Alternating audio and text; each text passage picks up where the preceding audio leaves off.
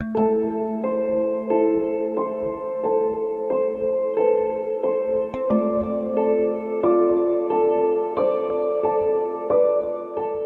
January 2004, Pixar CEO Steve Jobs announced that the Walt Disney Company had chosen not to renew its contract with Pixar.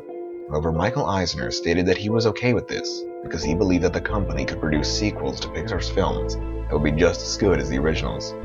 With that in mind, Eisner opened a new animation studio in Glendale, California, whose sole purpose was to produce sequels to movies that Pixar had produced. This new studio was named Circle 7 Animation, after the street on which it was located, Circle 7 Drive.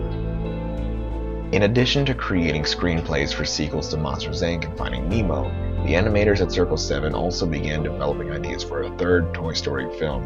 Among the rejected ideas was a script written by Teacher's Pet writers Bill and Cheri Steinkellner that involved Woody and the gang finding toys that had been stolen out of Andy's grandmother's attic in a whodunit-style mystery.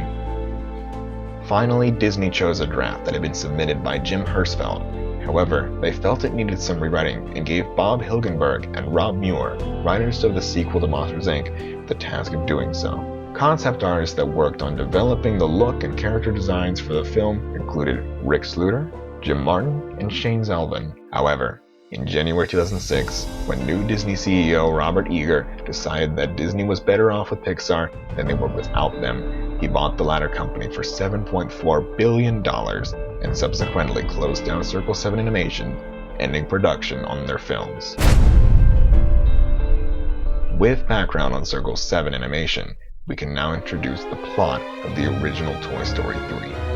After Buzz Lightyear inexplicably started to malfunction, Andy's mom sent him back to the factory in Taiwan, where he was made in the hopes that they would get him fixed. However, upon learning that a worldwide recall had been issued on all Buzz Lightyear toys, and that Buzz would merely be replaced, Woody, Jessie, Ham, Mr. Potato Head, Rex, and Slinky all shipped themselves to Taiwan and set out to rescue him.